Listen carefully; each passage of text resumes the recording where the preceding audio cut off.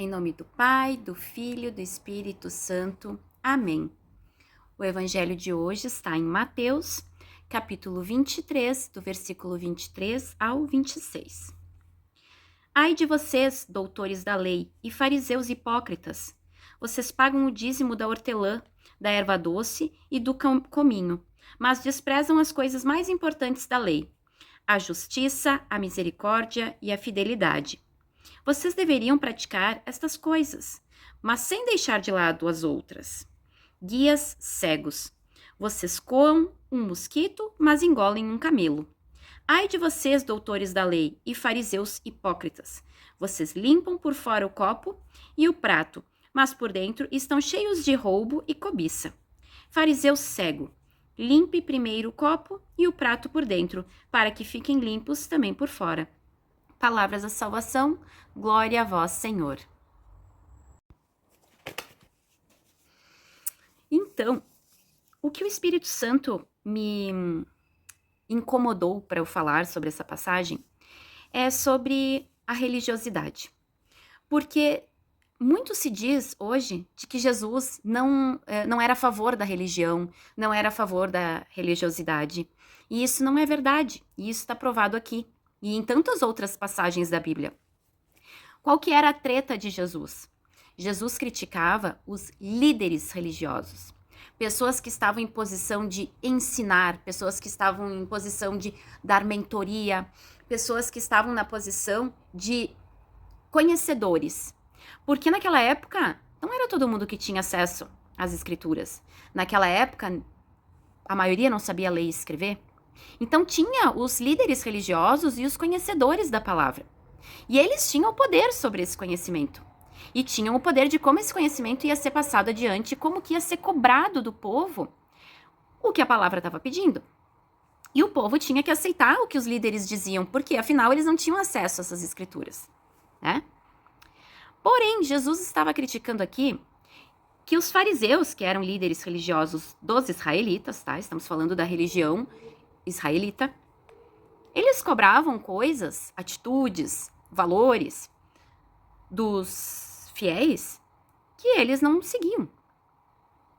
Então Jesus, ele pega pesado em cima dessas pessoas. Não adianta tu ficar cobrando os outros uma atitude que tu não faz, porque na verdade o que arrasta a multidão são os nossos exemplos e não as nossas palavras. Então se tu não for coerente com o que tu tá falando, o que tu tá ensinando, tu só vai atrapalhar o processo de fé da pessoa. Então Jesus, sim, ele quer a religiosidade, ele quer que as pessoas tenham um lugar para se nutrir, um lugar para se abastecer a fé, um lugar para estar em comunhão com ele e com irmãos, que é na religião.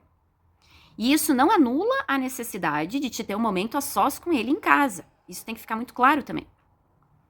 Porém, o que Jesus quer da gente? Ele quer obediência, ele quer que a gente louve a Deus sobre todas as coisas. Porém, acima de tudo, ele ensina, e isso ele ensinou em muitas atitudes, ele quer caridade.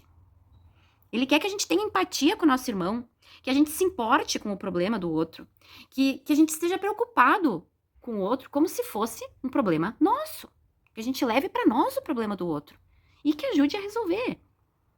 Então, caridade, obediência e louvor a Deus. Se a gente não fizer essas coisas, não adianta de nada sermos religiosos. Eu cumpro tabela aqui, eu vou na missa todo domingo, eu faço todo o protocolo. E o teu irmão? Tu pediu perdão? Ele te pediu perdão? Como é que tá a tua relação com a tua família? Como é que tu é em casa? Sabe? O que adianta eu ser uma péssima mãe, uma péssima esposa, não levar a sério o meu trabalho e vir aqui encher a boca para falar de Jesus? Não tem coerência. Então Jesus, ele cobra muito de quem tem conhecimento das escrituras. Se tu não é um ignorante na palavra, Jesus é para ti que ele tá falando essas coisas aqui. Agora, então, deixando entendido que sim, Jesus quer que tu participe de uma religião. Eu creio que Cristo queria que a gente participasse da religião católica, porque a religião é a igreja primitiva que foi fundada pelos apóstolos. Jesus quer que tu participe. Jesus quer que tu viva em comunhão com os irmãos na religião. Mas os líderes que estão guiando essa religião, eles vão ser cobrados. Que era o que Jesus estava fazendo aqui, mas Jesus continua fazendo isso. Eles vão ser cobrados. Ah, mas eu não participo mais de tal igreja, porque o padre fez isso, o padre fez aquilo, porque os padres corromperam, porque é corrupção na igreja e não sei o quê, e política, taranana. Vamos se focar na parte sobrenatural da nossa igreja. Existe uma proteção sobrenatural sobre os nossos sacramentos e eles são completados na nossa igreja. O batismo, o matrimônio, a extrema-unção, o sacerdócio, a comunhão. Isso tudo são sacramentos que são realizados na nossa igreja. Que através do sacerdote, Jesus nos abençoa nestes sacramentos. As pessoas pecam, as pessoas erram. E Jesus está cobrando aqui. Vocês não podem errar nisso. Ele está cobrando os sacerdotes da época. Então, não se preocupem com os erros da igreja, com quem está errando, quem está fazendo certo, quem está fazendo errado. Jesus está no controle disso. Agora tu tem que te preocupar, agora que tu sabe, que tu tem o conhecimento na mão, tu tem acesso. Tu tem feito o que Jesus pediu? Tu tem sido obediente? Tu tem sido caridoso? Como que o nosso estilo de vida é uma forma de louvar a Deus? Como tu tem tratado os teus? Como tu tem tratado as pessoas à tua volta? Como é que tá a tua relação com as pessoas? Agora uma observação que eu quero fazer para os dias de hoje, em questão de conselho, né? Porque Jesus está dizendo aqui que os fariseus, eles orientavam as pessoas, mas eles não estavam aptos a fazer essas orientações, porque eles não estavam fazendo o que orientavam. E quando tu pede conselho, ou tu ouve conselho de alguém, ou tu dá conselho para alguém,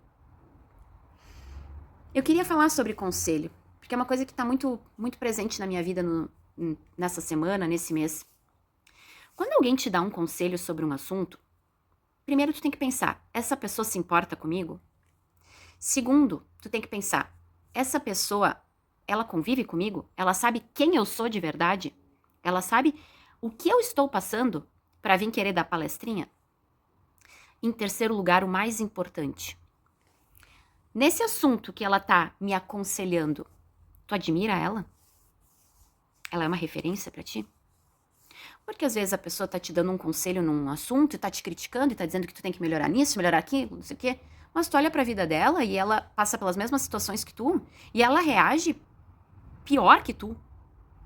Tu não admira ela naquilo. Então por que tu vai dar peso pra opinião dela na tua vida? Então, esse era como é que eu posso dizer? Um comentáriozinho que eu quero dar em relação... Que me veio isso quando eu li essa passagem. E quando a gente ouve o conselho? E quando a gente dá conselho pra alguém? Eu vou aconselhar a pessoa sobre o matrimônio dela, porque eu acho que, né, ela podia melhorar, não concordo com o jeito que ela fala com o marido, que isso, que como ela se comporta quando ela tá longe dele. E eu? Eu sou referência? No meu matrimônio eu sou referência? Eu posso opinar na vida do outro? Então a gente tem que se perguntar também, eu sou referência antes de querer aconselhar alguém? Então Jesus está querendo dizer isso para nós também. Organiza a tua vida. Aqui, ó, vocês querem limpar o copo por fora, mas por dentro ele tá sujo. Então, antes de querer dar palestrinha, dar conselho, como é que eu tô? Tem certeza que tu tá indo bem nisso? Então, vamos ficar com essa pulguinha atrás da orelha, tá? Vários pontos aqui eu puxei nessa interpretação. Questão da religiosidade, o que Jesus espera de nós, de quem a gente pode receber conselho, quando que a gente pode dar conselho. Então tem várias coisas que dá para tirar dessa liturgia. Creio que, claro, se a gente ficar aqui olhando ela, dá para falar 3, 4 horas, dias sobre essa mesma passagem. Mas para ficar mais sucinto, vamos deixar assim. Então, obrigado por vocês terem ouvido. Se fizer sentido para vocês, fiquem à vontade para compartilhar com os amigos, curtir, se inscrever no canal. Isso é um sinal para nós de que está fazendo sentido o que a gente está falando também, né? Então, acaba dando um gás aí pra gente. Deus abençoe vocês e até amanhã na reflexão da passagem de amanhã. Tchau, tchau.